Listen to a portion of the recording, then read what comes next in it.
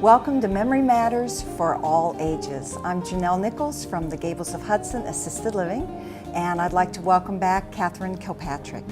As a speech pathologist, speech language pathologist for over 40 years, Kathy has created a memory fitness program, a fitness plan, and has presented this to all ages all across the country, including Elder Hostel and the Rhodes Scholar programs. Kathy has also presented to groups of all ages across the country programs on memory complaints, overload, successful aging. She has helped people who are struggling with memory complaints and multitasking. She provides coaching also for people struggling with this. And I will admit that after a couple of these programs, I have asked for some personal one-on-one coaching, and we're going to talk about something very near and not so dear to my heart, which is multitasking. Kathy, welcome back. Thanks. I kind of laugh when I write these programs because you teach what you need to learn. Yes. Guess what? Yes. Yeah, it's absolutely crazy. Yeah. So, multitasking. Now, we have talked about this program a month ago, and we gave some basics. So you can, again, refer to the website for additional information. But I want to kind of enlighten us. First of all, last time we talked about the fact that we don't multitask, we task switch.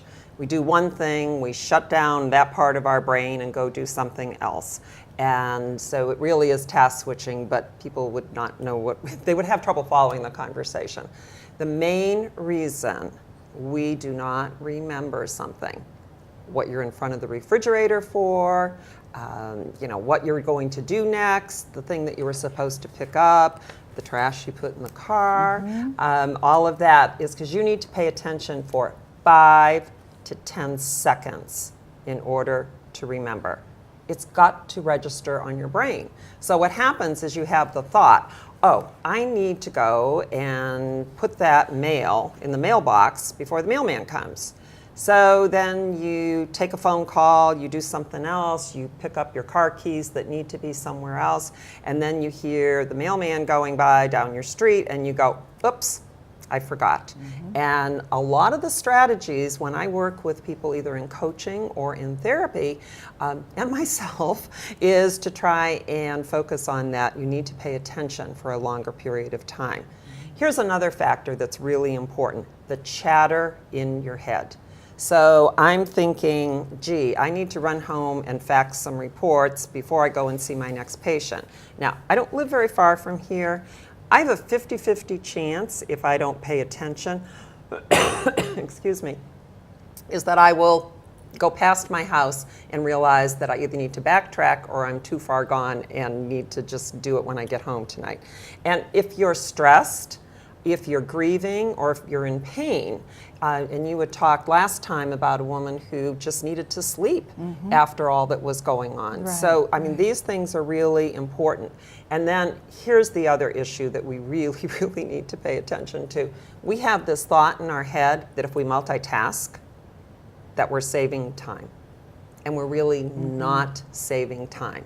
It can take up to 1.5 times longer to get back into what we're doing. And here's some of the concern for people that are constantly multitasking, and it becomes a way of life. It just becomes normal to us. Learning to concentrate and stay focused on a task is a skill. And I guess the question I want to put out there, if you're multitasking and jumping back and forth a lot, is that the skill that you want to develop? Because with normal aging, we have more difficulty multitasking, and we may have more memory complaints. But is the key to this something that's going on with our ability to pay attention? And in most cases, this is the core of what we need to start working with. I think we can all identify with walking into a room and saying, why did I come in here? And forgetting what you went in there to get or to do. I'll give you one example. I probably shouldn't tell this publicly, but just happened recently. Left work, was supposed to meet my husband for dinner. Had quite a day at work, a lot on my mind, a lot to do. My mind was racing as I drove to the restaurant. Went in, got a table. got my iced tea, and was sitting there looking at my watch, waiting for my husband. Well, he wasn't there because he was waiting at home where I was supposed to pick him up, all right? And just completely forgot about it. And when we go to this restaurant all the time, we do this all the time. This was our pattern. I stop by the house, pick him up, we go to the neighborhood restaurant, and I completely forgot. And thank goodness I have a very understanding husband. But it startled me that I could do that. It startled me that my mind was so full that I forgot to pick my husband up. And we see that. All right. The other thing that I just wanted to comment on that you touched upon was grief. When my dad died, my mom and I both experienced it. The confusion was so much. Now, it was alarming to me. It scared me, but I knew in my heart that it was the grief.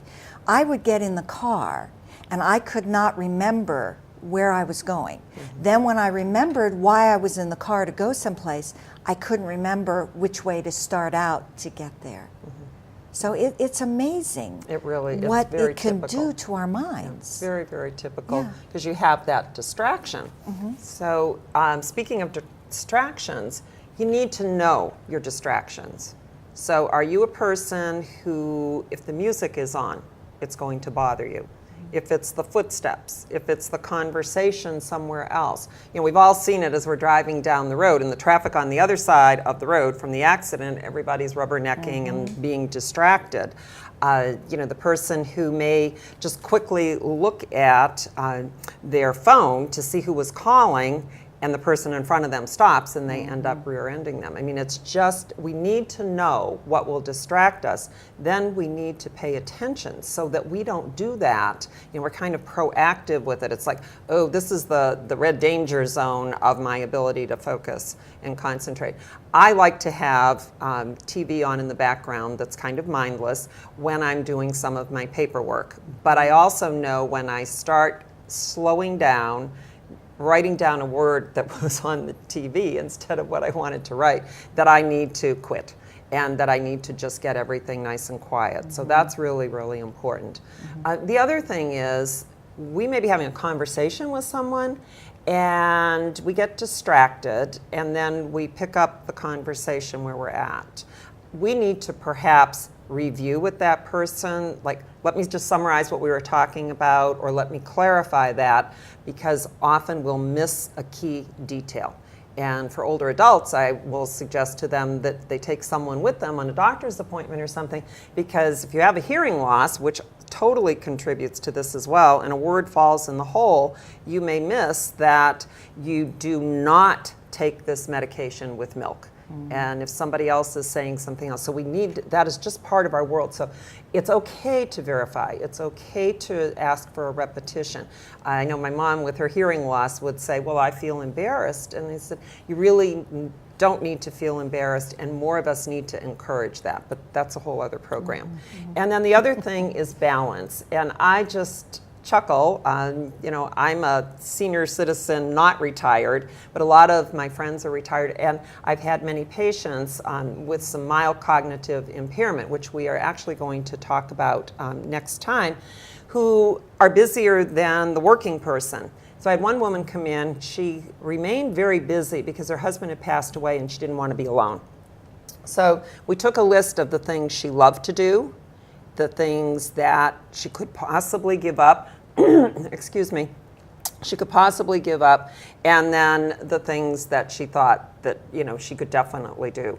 And that gave her more balance in her life. She wasn't running around like a crazy person. And the rule we came up with is if she has something that she really wants to do and add, she needs to figure something else to take off of her schedule, because it was just an overload for her. So, you know, those are just some basic tips that I think all of us could use. Absolutely. And speaking of distractions, at work I struggle so much with that, because the phone will ring, someone will walk in, a family walks in, they need to see me.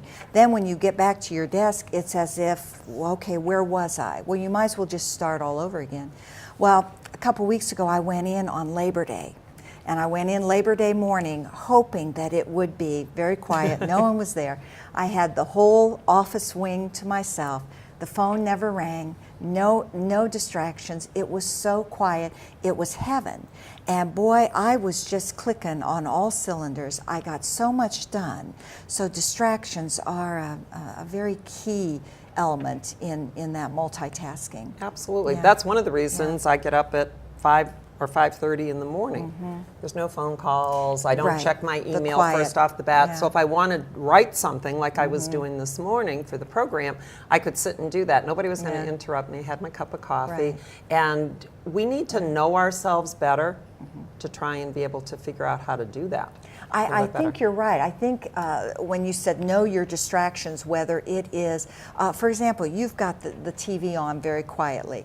I put very low music on, classical music, just in the background. My daughter has loud music on. I don't know how she does it. All right, that's a real distraction for me. And some people can't have anything on at all. I Exactly. know when I'm stressed, Exactly. when I put absolutely nothing on. Yes. To listen to. Absolutely. I know that I just need, and usually it's because I'm tired. Because I Right. can't Right. produce the same thing. And so fatigue, in the evening, it's kind of the time to be able to check out a little bit. Right. So I also liked your comment about balance. I think this is my eternal quest is to have balance in my life, because without that, there is a cause and effect. You reap what you sow. When you don't have balance, then you miss the details. That's right. The devil is in the details, and you miss something, and you mess something up that in all purposes it could be life and death. Where you gave the example of medication. right. So that balance is key, Yeah. and that's So, what we so strive important. for. So All right. important. All Very right. good. As usual, good stuff. As we head towards the close of the program, I want to remind everybody, watch at the end. You'll see Kathy's website, the link to her website and her blog. You can get more information about today's topic and about Kathy and her speaking engagements and all that good stuff.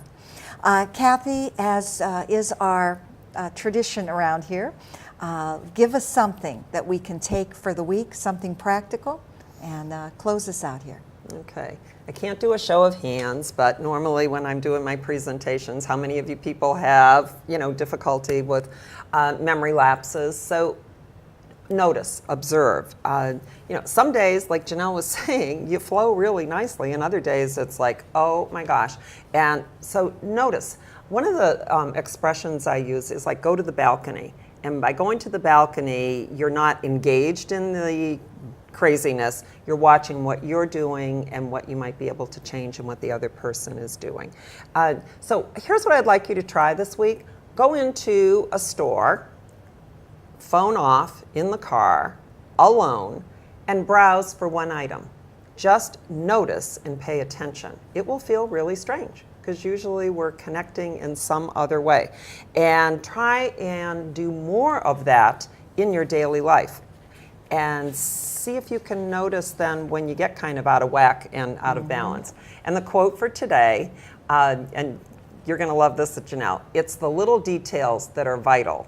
Little things make big things happen. And that was by John Wooden. Very good, very good. Coach Wooden. That is good advice and so very true. Thank you for watching Memory Matters for All Ages. Join us again, and now go make it a great day.